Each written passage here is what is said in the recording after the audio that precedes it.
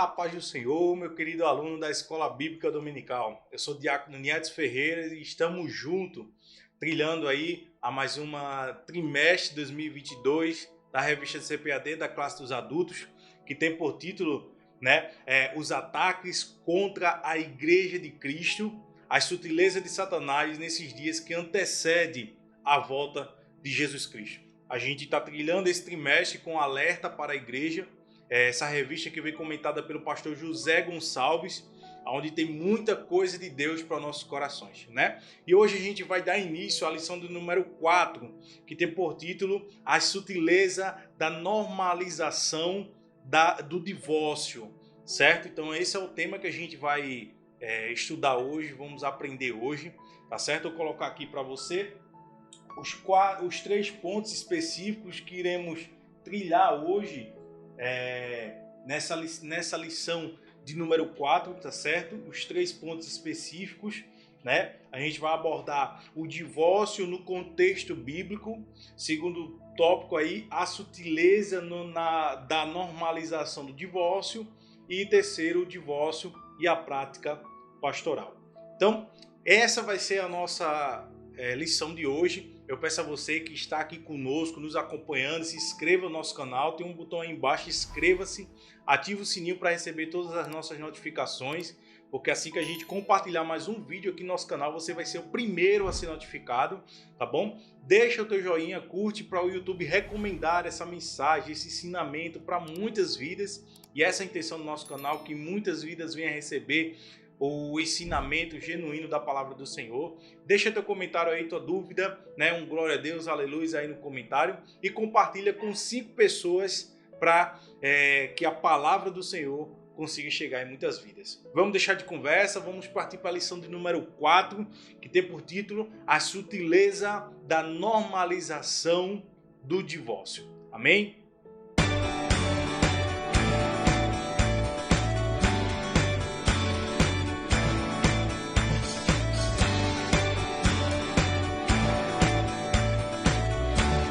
Pois bem, já estou aqui com minha revista, vou divulgar aqui para vocês o nosso conteúdo da lição de hoje, tá certo? Lição número 4, a sutileza da normalização do divórcio. Terceiro trimestre de 2022, EBD dos adultos. O textuário se encontra em Mateus capítulo 19, versículo 6, que diz assim: Assim não são mais 2, mas uma só carne. Portanto, o que Deus ajuntou, não separa o homem.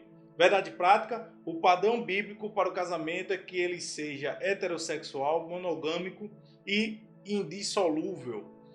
Quem está nos acompanhando desde o trimestre passado, a gente estudou sobre o Sermão do Monte, onde Cristo fala sobre o casamento, né?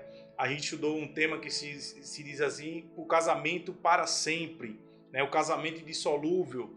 Então, hoje a gente vai abordar muito no tópico divórcio, que é o que a revista, que a lição nos traz hoje. Você que nos acompanha, que é comentarista, que é professor de escola bíblica, que é aluno, né? Principalmente para quem é professor, melhor falando, tenha cuidado no que você vai abordar. Aqui vem o mesmo alerta que a gente falou na lição passada. Vamos ter cuidado no que a gente vem falar para que a gente não venha gerar nenhum contexto polêmico, né? Então, por mais que a gente tenha as nossas opiniões, sabe o que está acontecendo por volta das igrejas, mas devemos aí ter cuidado no que a gente falar para não gerar escândalo, não gerar uma poluição aí nos ouvidos dos ouvintes, tá bom? Então cuidado com o que for falar. Eu também já estou com o meu esboço aqui, igual a lição passada, eu vou seguir o meu esboço, para que também eu não venha fazer comparações com igrejas, com pastores, com pessoas, porque aí eu já vou estar fugindo da lição de hoje, que é o conteúdo principal aqui desse vídeo, tá bom? Então vamos partir aqui para a nossa lição. A palavra-chave hoje é divórcio, né? E a leitura bíblica em classe se encontra em Mateus 19, do 1 ao 9. Vou ler bem rápido aqui, ele é extenso, mas vou ler bem rápido. E aconteceu que, concluindo Jesus esses discursos, saiu da Galiléia e dirigiu-se aos confins da Judéia, além de Jordão. E seguiram-no muitas gentes e curou-as ali. Então, chegando ao pé dele, os fariseus tentando dizendo-lhe: é lícito ao homem repudiar sua mulher por qualquer motivo, ou seja, se separar, né? Deixar sua mulher por qualquer motivo? Ele, porém, respondendo, disse-lhes: não tendes lido que, no princípio, o Criador os fez macho e fêmea, e disse: portanto, deixará o homem o pai e mãe, e se unirá à sua mulher, e serão dois numa só carne. Né? Uma pergunta, ele perguntou para os discípulos: vocês não leram isso? Para os fariseus, né? Melhor falando. Assim não são mais dois, mas uma só carne, portanto o que Deus ajuntou não separa o homem. Disse-lhe eles: então por que Moisés mandou, né? Por que mandou Moisés dar-lhe a carta de divórcio e repudiá-la? Disse-lhe ele: Moisés, por causa da dureza do vosso coração, vos permitiu repudiar a vossa mulher, mas ao princípio não foi assim. Eu vos digo, porém, que qualquer que repudiar sua mulher, não sendo por causa de prostituição, e casar com outra, comete adultério, e o que casar com a repudiada também comete adultério. Cristo, ele relata aqui no tempo de Moisés, né? Os escribas também faz esse relato, essa comparação, essa citação de quando Moisés ele lança a carta ali permitindo do divórcio. Só que o padrão, o princípio padrão, né? A razão principal não era para que surgisse isso. O que é que estava acontecendo bem rápido aqui para frisar para vocês? No tempo de Moisés, muita gente estava se juntando com mulher, casando com mulher, homem com a mulher, né? E o homem não se agradava, das vezes, do jeito dela cozinhar, do jeito dela limpar a casa, do jeito dela se vestir, e acabava ali acontecendo muitos conflitos, muitas coisas que estavam acontecendo no meio do povo. Para finalizar isso aqui, em poucas palavras, Moisés cria, né, isso para dar autonomia à mulher, a ela ter uma nova vida, ter uma nova vivência, ter um novo convívio com outras pessoas. Ela está livre para casar com outras pessoas. E ali, quando dava essa carta de divórcio, ela poderia ir para casa para ter um sustento, para não viver na rua, para não viver por aí no meio da rua. Moisés cria esse intercalo, né? Mas o padrão real bíblico não era para surgir esse fator. Ao longo da Bíblia também a gente vai ver sobre o adultério. A gente estudou na lição passada e eu falei sobre que muitos homens no Antigo Testamento, precisamente falando, ele tinha concubina, né? Comprava escravos para servir de concubina e ter relação sexual para que fosse multiplicado ali, né? Aí vinha o fator de poligamia, né? Hoje, Cristo ele vem citando que isso não é mais para acontecer. Então, Cristo ele vem colocando em prática a real, a genuína ação do sentido do casamento, do sentido um homem com uma mulher. E aí a gente já deu a introdução que o casamento ele é heterossexual. A gente estudou na lição passada também que o casamento ele é heterossexual. Monogâmico quer dizer monogâmico é o casal entre um homem e uma mulher, certo? Não existe mais de um terceiro, não existe um quarto, não existe um quinto, não. É um casal de dois, certo? Duas pessoas em sexo oposto, um homem e uma mulher. É assim que é a citação real à luz da Bíblia, tá bom? Então a prática real e aceitada por Deus é essa que eu acabei de apresentar para você. Então, Cristo ele vem falando sobre o divórcio aqui nesses versículos. Ele vem dizendo que se o homem se separar de uma mulher, né, da sua mulher, por qualquer coisa que não seja um adultério, né, que ele fala sobre prostituição, né, se ele casar com outra pessoa, estaria cometendo o ato de adultério, e aquele que casar com essa mulher também estaria cometendo um ato de adultério, porque foi um casamento que foi dissolvido, né, por coisas banais. E à luz da Bíblia, a gente vai ler aqui, eu já vou martelar de novo sobre isso, mas à luz da Bíblia, existe meios para eu casar novamente. Primeiro, um ato cometido por prostituição, né?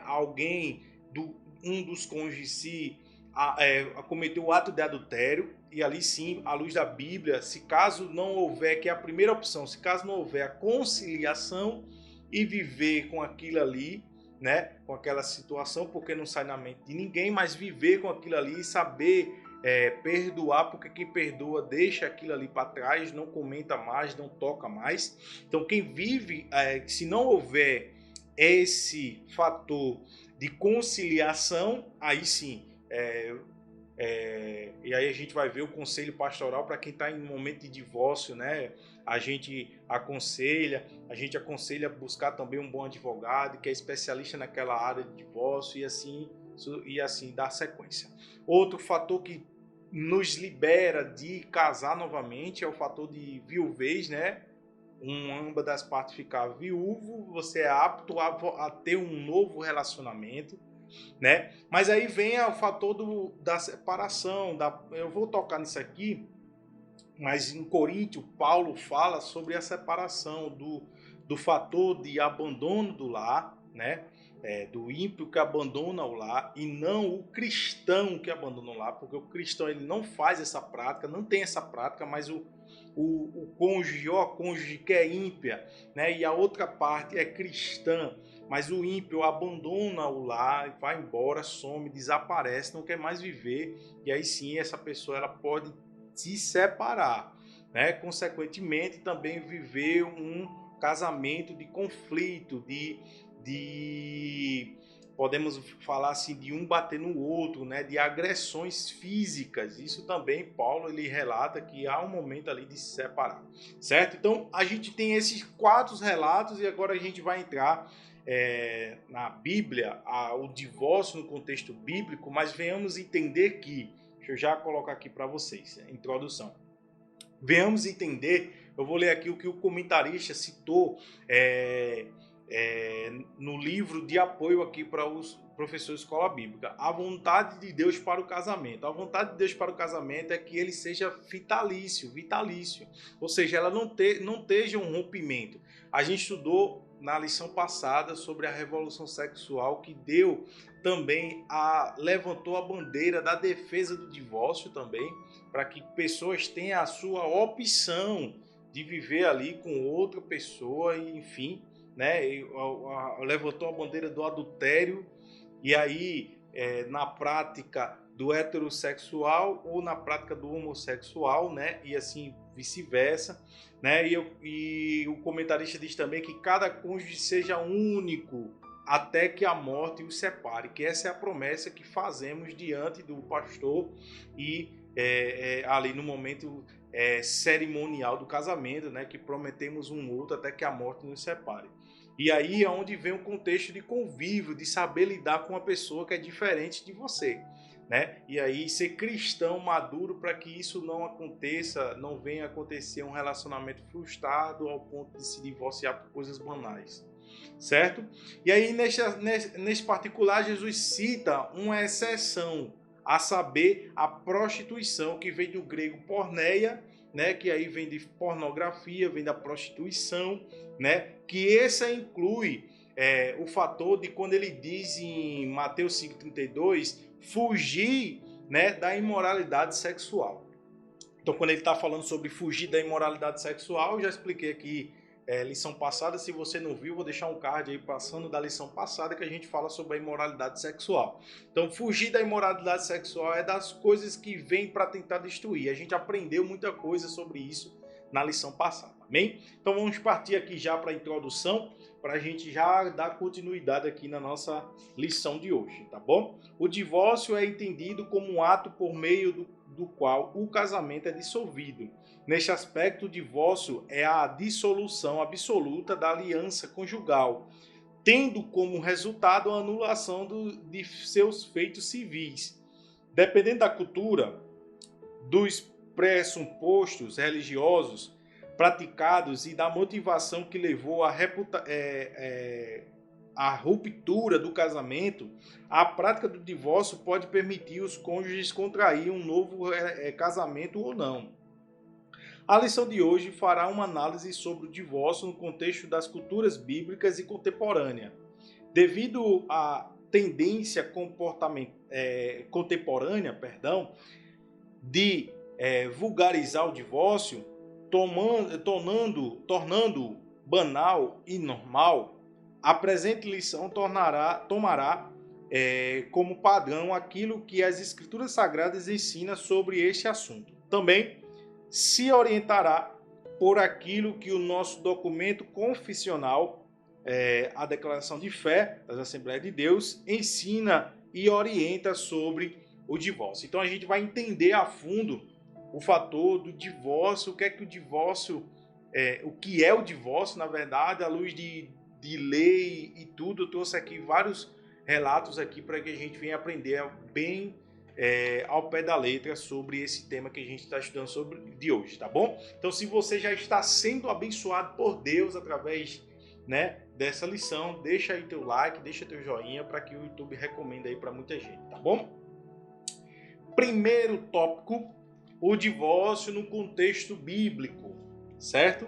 Primeiro subtópico, o divórcio no contexto do Antigo Testamento. Na Antiga Aliança, o plano de Deus para a raça humana é que o casamento fosse monogâmico e vitalício, ou seja, entre um homem e uma mulher, e não tenha ruptura, certo? E aí tá as referências bíblicas para você entender isso aí, que é projeto de Deus. Gênesis 1, Gênesis 2, né? Leia o capítulo completo para você entender. O profeta Malaquias afirmou que Deus odeia o divórcio. Contudo, os certos casos, o divórcio era previsto em outros aparece como uma permissão, né? O divórcio era previsto e em outros aparece como uma permissão. Em Deuteronômio 24, do 1 ao 4, o texto afirma que uma das condições para o divórcio era que o marido encontrar coisa feia na esposa. A expressão hebraica erwat, traduzida como coisa feia, possui o sentido de nudez ou coisa vergonhosa. O texto não especifica o que significa essa expressão. Isso deu margem para uma série de debates pelas escolas rabínicas, que a interpretavam de diferentes modos. No entanto, fica claro que não se tratava do adultério, que no tempo de Moisés era punido com morte. Fica claro também que, após o divórcio, a mulher poderia se casar com outro homem e que, nesse caso, ela não estaria cometendo adultério. Em outras palavras, a tal circunstância e seu segundo casamento era legítimo, mas seu primeiro marido, de quem ela havia se divorciado, não poderia se casar novamente com ela. Então, para você entender, no Antigo Testamento, né, já citei alguma coisa aqui sobre a carta de divórcio que Moisés ele emite, né? Ele emite porque as mulheres estavam sofrendo com a dureza do coração do homem. O homem ele não gostava do jeito da comida, não gostava do momento a sós com a mulher e ali simplesmente queria deixá-la, queria jogar aos prantos. E aí Moisés viu que isso estava aumentando. À luz da Bíblia, a gente percebe que Moisés se preocupa com isso e aí ele faz essa carta de divórcio para que as mulheres tenham uma rentabilidade voltando para a casa de seus pais, para casa dos familiares, né? Não viva mendigando perante a rua. E aí Moisés dá essa oportunidade da mulher ela ter um novo relacionamento e não se casar mais com aquele homem, com aquele rapaz que foi ali seu primeiro casamento. Então, o segundo casamento com uma pessoa diferente seria vitalício, seria genuíno, né, como foi citado aqui. E aí, o comentarista ele traz à tona sobre as escolas rabínicas que surgiu durante essa época para estudar um pouco sobre o divórcio. E aqui eu peguei dois relatos de duas escolas rabínicas que eu quero citar para você. A primeira, o rabínico Shammai, afirma que coisa feia significa fornicação.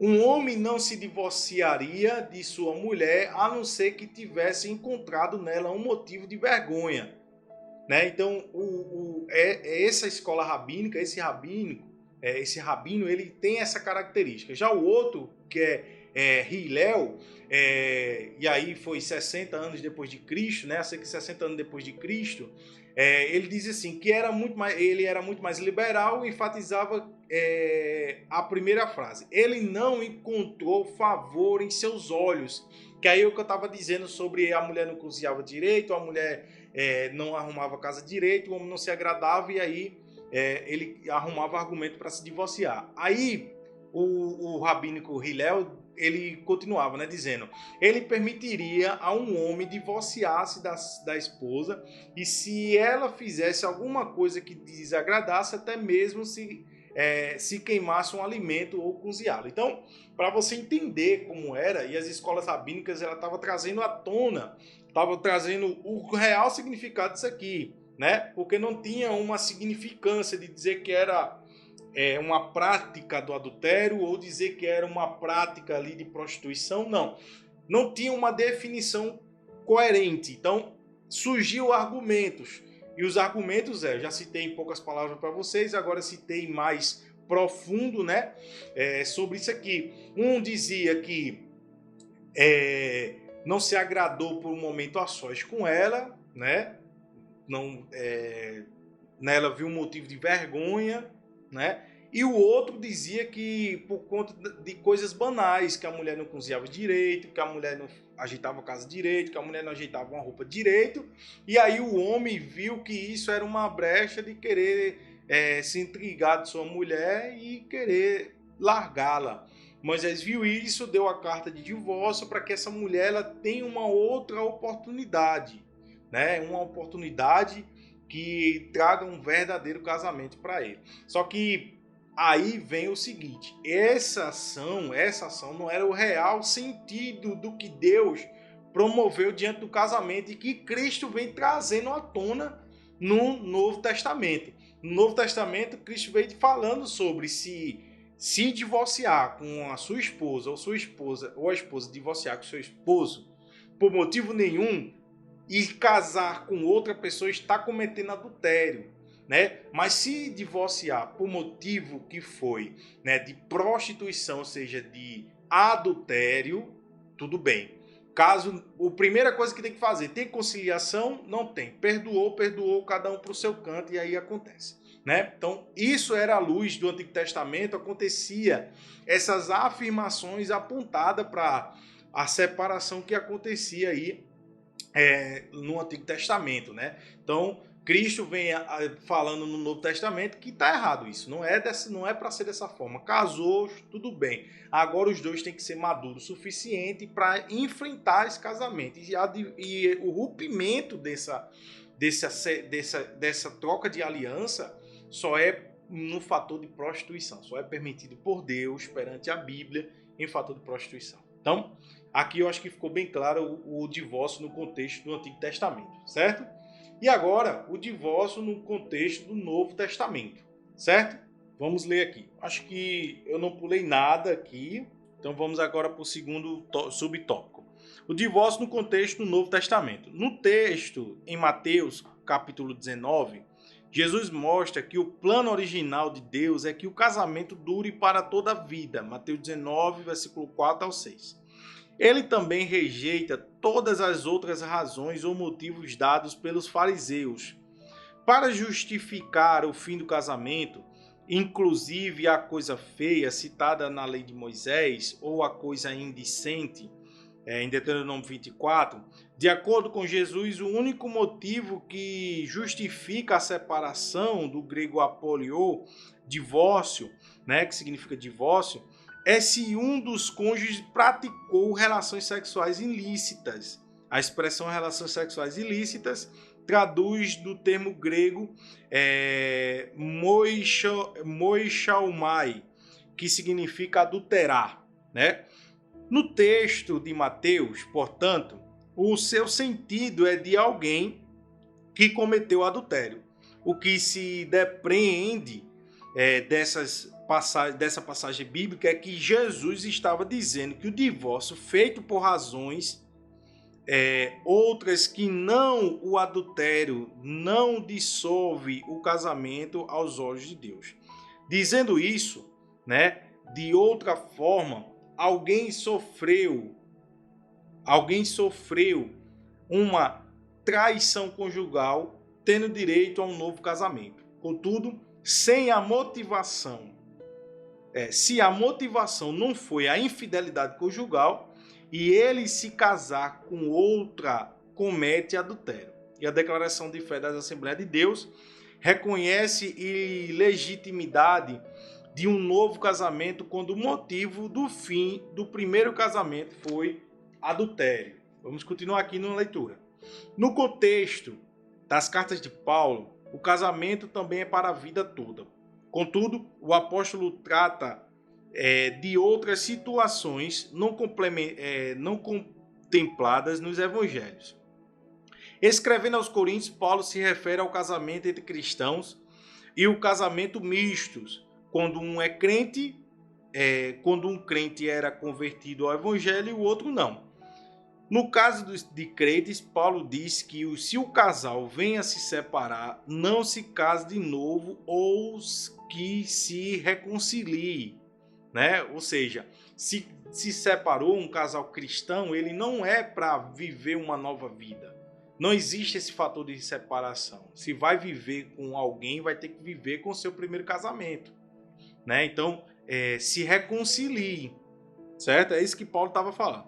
No caso do casamento misto, Paulo diz que se o cônjuge descrente abandonasse a esposa, esta não estaria sujeita à servidão. A maioria dos intérpretes entende que essa expressão não está sujeita à servidão significa que o cônjuge crente que foi abandonado está livre para se casar novamente. Acho que aqui ficou claro. Esse entendimento é seguido pela declaração de fé da Assembleia de Deus. Contudo, somente no caso de o abandono partir do cônjuge não crente. Então, no contexto do Novo Testamento, Cristo ele vem advertindo, né, essas ações vinculadas a se separou por motivo banal. Deixa eu abrir aqui a minha câmera para você.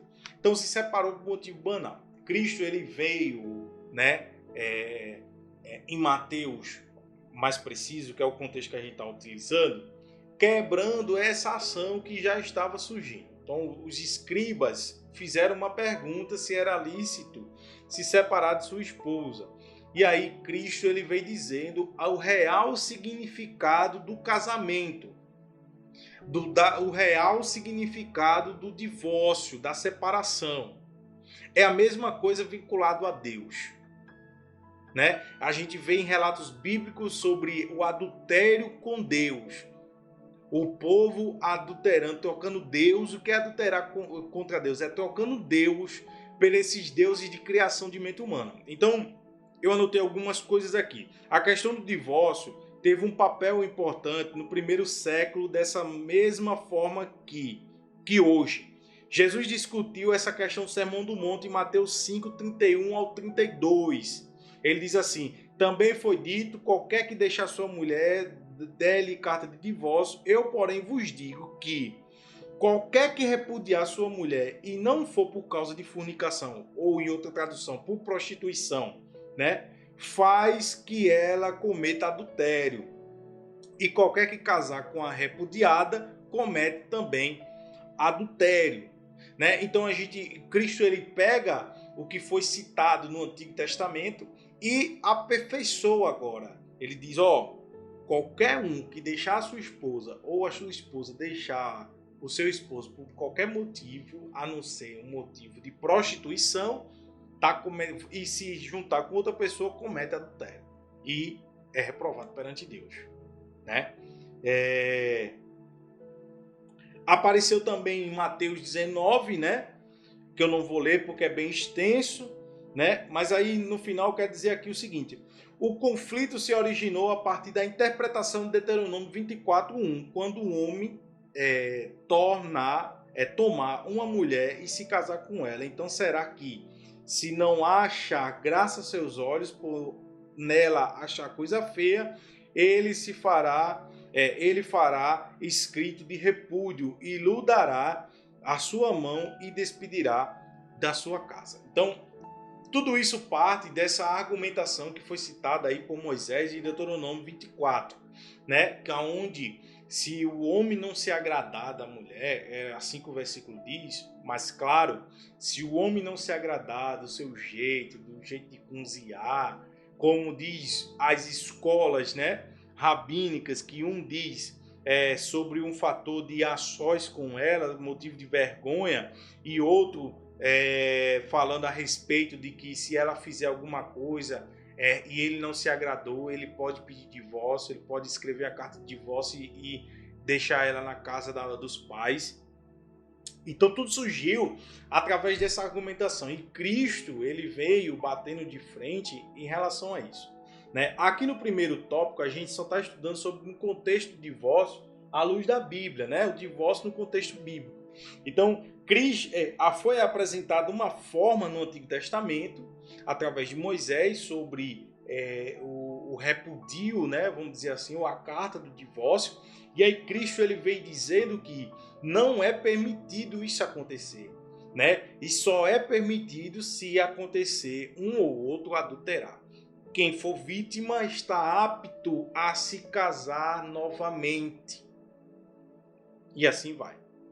Amém? Eu acho que aqui já ficou bem claro. Não vou levar mais à frente, porque a gente já passou aqui mais de 25 minutos só nesse primeiro tópico, tá bom? Então vamos partir para o segundo subtópico, né?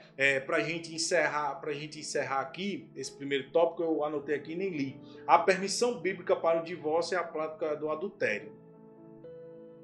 A prática do adultério lhe dá a possibilidade, a probabilidade de ter um novo relacionamento, caso não aconteça a reconciliação. Perceba que quando vai levar a júri, né? O divórcio, quando vai para o tribunal, essas coisas, a primeira ação que acontece é uma reunião de conciliação. Olha só, se a lei humana já faz isso, por que o casal cristão não faz isso, né? Então fica aí de alerta para todo mundo aqui que está nos vendo. Se você já está sendo abençoado, se está aprendendo algo aqui de Deus, deixa o teu joinha aí para o YouTube recomendar aí para mais vida. Vamos partir aqui o tópico de número 2. Aqui agora eu vou pedir mais um pouco de sua atenção, porque a gente vai precisar entrar sobre alguns pontos bem específicos. Eu vou precisar entrar no contexto histórico também aqui, baseado na Constituição Brasileira, né, federal, falando sobre o divórcio, e aí a gente parte em sequência, que o restante é mais simples de entender, tá bom?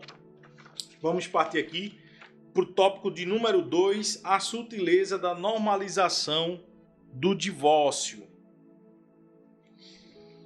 Vamos seguir aqui no primeiro subtópico, o divórcio no seu aspecto legal.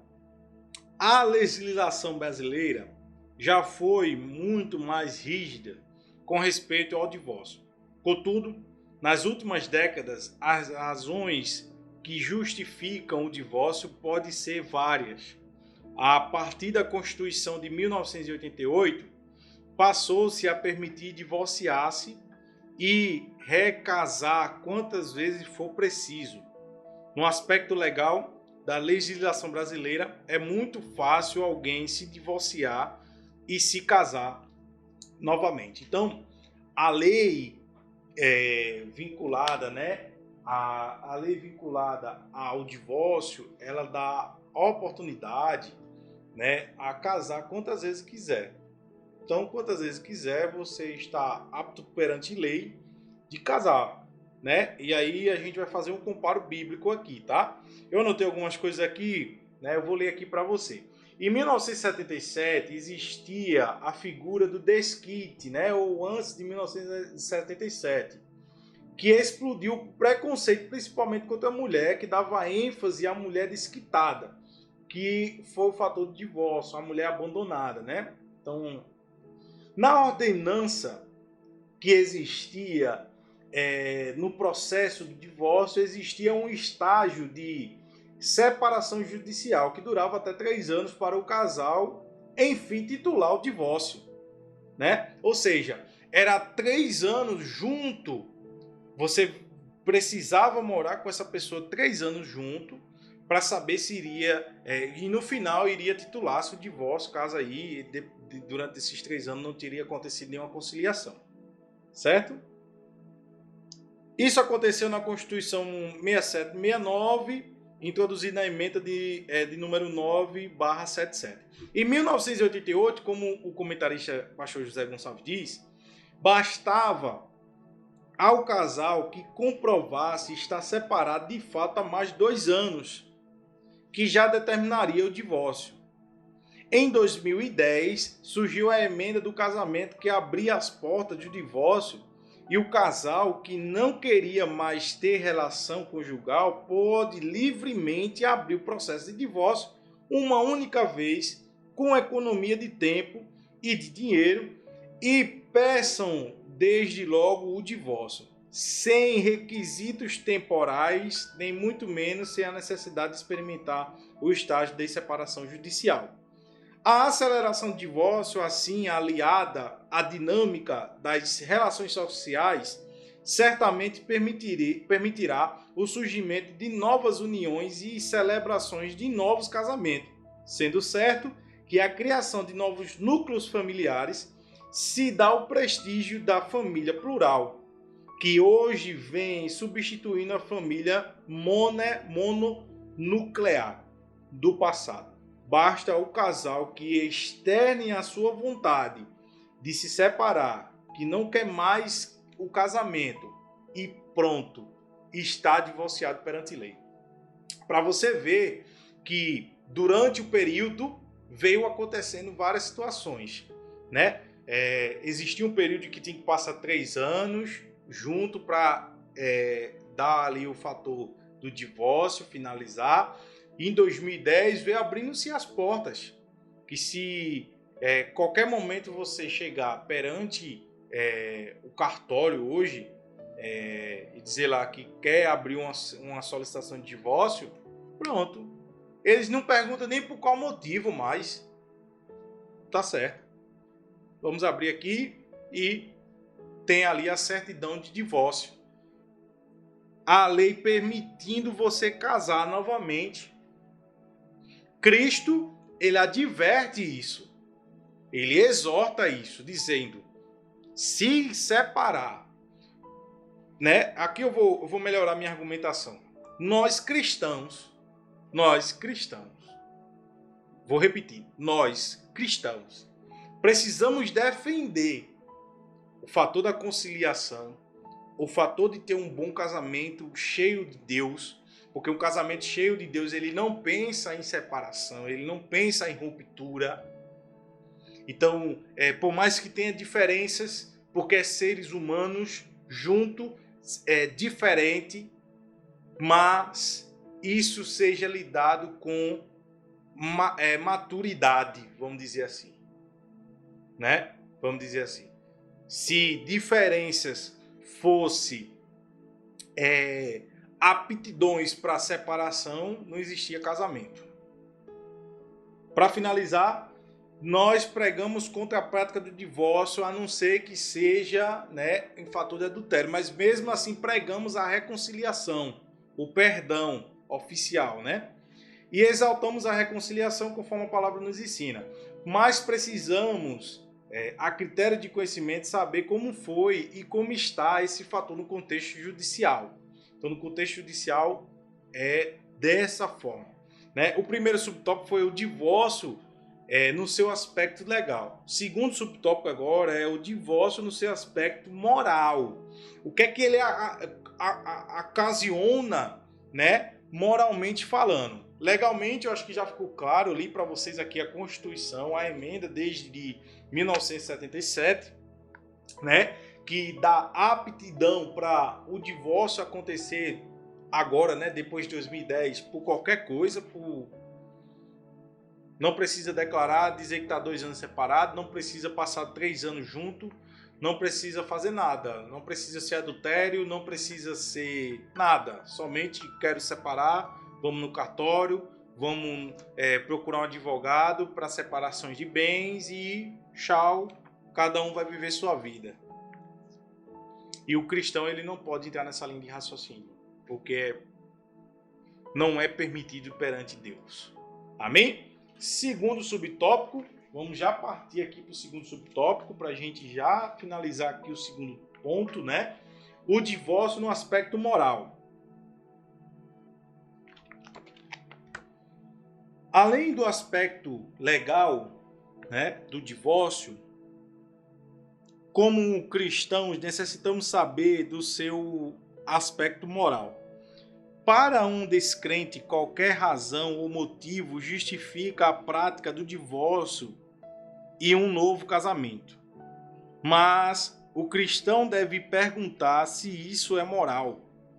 O Estado garante o seu aspecto legal, contudo as Escrituras definem aspecto moral. Trocar a esposa por uma mais jovem ou abandonar o marido por um mais rico e famoso são práticas normais no mundo e que contam, né, com um amparo legal do Estado. Aqui ele não está falando diante da igreja, tá? Porque está falando no contexto geral, né, no mundo. Esse mundo aqui foi relativo a quem não vive o evangelho, tá? Contudo, isso é moral para o cristão? O crente pode fazer isso? No caso de pastores, além do aspecto legal, deve-se levar em conta, sobretudo, o aspecto moral do divórcio. Malaquias 2,15, que fala sobre que Deus odeia o divórcio. Alguns se divorciam, mas nunca deveriam ter feito, como diz Malaquias 2,16. Há um preço alto para se pagar. Aqueles que se arriscam a desobedecer à palavra de Deus, forçosamente, melhor falando, terminam machucados, né? Sobre o aspecto moral, eu trouxe alguns relatos bíblicos aqui para a gente ficar mais claro aqui a nossa interpretação. Por exemplo, para os cristãos existem alguns aspectos para exercer, né? Ou entender, melhor falando, entender. O ato do adultério, em Mateus 19,5, que Cristo fala que o divórcio só é permitido com ato de adultério, né? E aí sim dá a permissão, anotei aqui, ó, é permitido divórcio e que se tornou vítima, aquela pessoa que foi vítima tem a permissão de Deus para ter um novo relacionamento caso não haja reconciliação, certo? Outra coisa também que a gente precisa entender, que eu citei logo no início, do fator de viuvez, em 1 Coríntios 7, do 6 ao 7, para quem é viúvo ou viúva é permitido ter um novo relacionamento, ter um novo casamento e assim sucessivamente, certo? Outra coisa que a gente precisa entender no aspecto moral, né, é sobre o abandono do lar, sobre o abandono do cônjuge, né? Aquele que o casamento, né, misto, né? Um é crente, o outro não é crente, e esse que não é crente abandonar o lar, aí é permitido a separação, né? Então, e aí Paulo ele diz, né, em 1 Coríntios 7, falando sobre o abandono do lar 7,14, falando sobre um momento mais específico, mais profundo, sobre o fator de um relacionamento agressivo, né? Ele fala que Deus chamou-nos para viver em paz. Então, o casamento ele é um projeto gerado do coração de Deus. A interpretação de Jesus Cristo é dizendo que o casamento ele deve ser monogâmico, heterossexual e vitalício para sempre, indissolúvel, né? Quando fala em dissolúvel, é falar sem ruptura, sem ações que venham o divórcio acontecer por coisas banais e também por aspecto que permite o divórcio, que é o fator do adultério. Então, que a gente venha fugir, né? Como Cristo também fala, fugir do fator da impureza sexual, né? Então, e esse aspecto eu vou citar um pouco mais na frente, né, sobre o que acontece com quem está no momento de divórcio. E o que é que o divórcio ele traz de conflito para a família, o que traz de conflito para a pessoa. O que é que o divórcio ele traz? Eu não vou citar aqui, vou deixar para citar no próximo tópico, porque o próximo tópico é de fácil entender e vai citar também, vai falar sobre isso. Mas entenda que o divórcio acontecido em um casal, e aí já com família estruturada, com filhos, acontece várias ruínas, além da consequência da prática do pecado, né, em si, né, do adultério, para aquele que comete o adultério, daquele que abandona o seu lar, né, aquele casal cristão que quer se separar por qualquer coisa, vem uma consequência. Não é permitido ter um novo relacionamento. Pois bem, e aí agora a gente vai entrar num aspecto mais profundo, que é o terceiro tópico, né?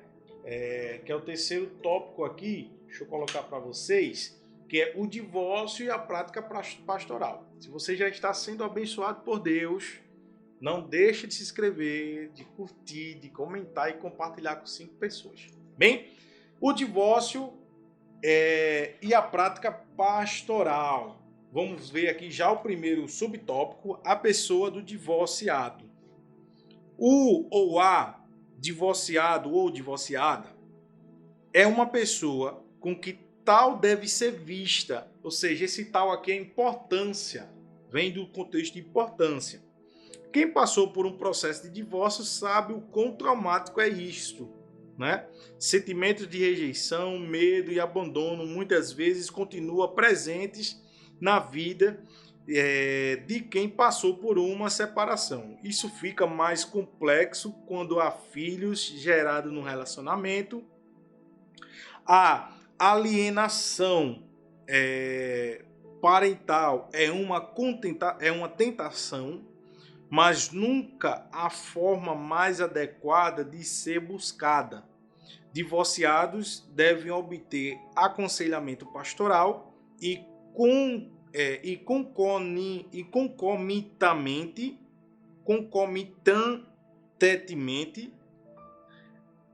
perdão aí que eu errei de novo, né? O acompanhamento psicológico não deve ser negligenciado. Então, a pessoa do divorciado, né? Eu vou até ler aqui o que eu anotei, né? Ele deve procurar um acolhimento pastoral. A igreja ela precisa estar atenta com isso, né? Porque ninguém sabe o dia de amanhã, mas pode acontecer. E se acontecer, né, a igreja precisa estar atento para alertar o pastor, para alertar alguém, porque muita gente que passa por isso ele não divulga, né? Ele não fala, não é um hábito de falar. Alguns ele já é mais maduro, procura, enfim, mas outros, a grande parte não faz isso. Então a igreja, ela precisa estar atenta para isso. Você que é aluno, que é membro, que é congregado de uma igreja, você precisa estar atento a isso. Se souber ou sabe mesmo que tem algum membro, algum irmão da igreja que está passando por um momento assim difícil, de alertar o nosso pastor, de alertar o seu pastor, para que venha acontecer o apoio, né, da igreja, o apoio pastoral, o apoio ministerial. Eu anotei aqui, ó, acolhimento pastoral. Quem se divorciou passa pelos processos, tais como desestruturação emocional, rebaixamento de autoestima, medo, angústia, como o comentarista já citou, tristeza constantemente, insegurança, insônia e isolamento são alguns. Isso aqui é só alguns dos sentimentos e emoções que passam a povoar o universo de muitas pessoas divorciadas. E fora se tiver filho, que é muito mais complicado aí. Amém? Vamos agora para o segundo subtópico e último, né, da nossa lição, que é falando sobre o divorciado como cristão. Outra coisa acerca de quem passou por um processo de divórcio diz respeito à sua condição de membro da igreja. Talvez esse seja um dos principais desafios pastorais da atualidade. Os pastores são desafiados dia a dia a tratar com essa questão. Os casos de divórcio se multiplicam e as razões que os motivaram nem sempre são bíblicas. Cada situação deve ser analisada com cuidado, de forma que o divorciado não deixe de ser visto como alguém amado por Deus. Contudo, que esse amor não sirva de justificativa para anular a justiça de Deus, que exige uma vida que se orienta por sua palavra. Para a gente finalizar aqui e ir já para a conclusão, eu anotei aqui, devemos aconselhar o contexto da restauração em primeira instância. Não tem restauração, não tem reconciliação, né? Aí a gente aconselha a procurar um bom advogado, que ele é especialista naquela área de divórcio, para que não tenha mais nenhum dano, nenhuma perda muito grande assim, certo? E por fim, aconselhar a ter um novo vínculo com igreja, com pessoas, com amizades e ter um novo vínculo em relacionamento, viver uma nova vida conjugal, para que, isso venha, porque muitas pessoas hoje, não queria entrar nesse contexto, mas muitas pessoas hoje que se divorciam têm tendência a entrar em uma profundeza depressão, queda espiritual. Tem um índice muito alto de pessoas que se separa, se divorcia, tem alguma situação acontecendo com essa pessoa, infelizmente. Hoje a gente conclui aí a lição de número 4. Vamos partir aqui para a nossa conclusão, para a gente encerrar. Vimos nessa lição o divórcio sobre sobre a perspectiva de diferentes culturas e em diferentes contextos. Observamos que na atualidade há uma tendência entre os cristãos de enxergar o divórcio com normalidade. Essa é uma postura perigosa, arriscada e até mesmo pecaminosa. Isso porque as escrituras contêm princípios e preceitos que moldam o relacionamento humano, os relacionamentos, né? O casamento é uma instituição divina que reflete o ideal de Deus. Portanto, é devido nossa condição de pecadores, o divórcio deve ser visto como a normalidade desse ideal divino. Amém? Próxima lição vai ser a lição número 5, né? A sutileza do materialismo e do ateísmo. Né? Como a gente está tendo bastante cuidado no que a gente falar, porque acontece muitas ações aí, então a gente precisa também ter cuidado nessa lição número 5, tá? Que a gente não entra numa linhagem de pensamento que leve a uma discussão terrível, tá bom? Então, primeiro tópico, compreendendo o materialismo e o ateísmo. Segundo, raízes de materialismo e ateísmo. Terceiro, pressuposto das doutrinas materialistas e ateístas, respondendo ao materialismo e o ateísmo. Pois bem, encerramos nossa lição de hoje, a lição número 4. Que Deus continue abençoando você, sua vida, sua família. E se você chegou até aqui e não se inscreveu ainda, por favor, se inscreve, curte para o YouTube recomendar para muita gente. Comenta aí tua dúvida, algo que queira nos ensinar, né? Ou um amém, glória a Deus. Não deixa de curtir nem de comentar e compartilha com 5 pessoas para que a palavra de Deus chegue em muitas vidas. Que Deus continue te abençoando. Até a próxima, que vai ser a lição número 5. Em nome de Jesus. Amém.